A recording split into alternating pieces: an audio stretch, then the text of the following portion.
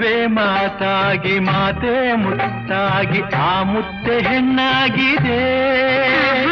ಹೆಣ್ಣೆ ಹೂವಾಗಿ ಹೂವೇ ಹಣ್ಣಾಗಿ ಹಣ್ಣು ಕಣ್ಣ ತುಂಬಿದೆ.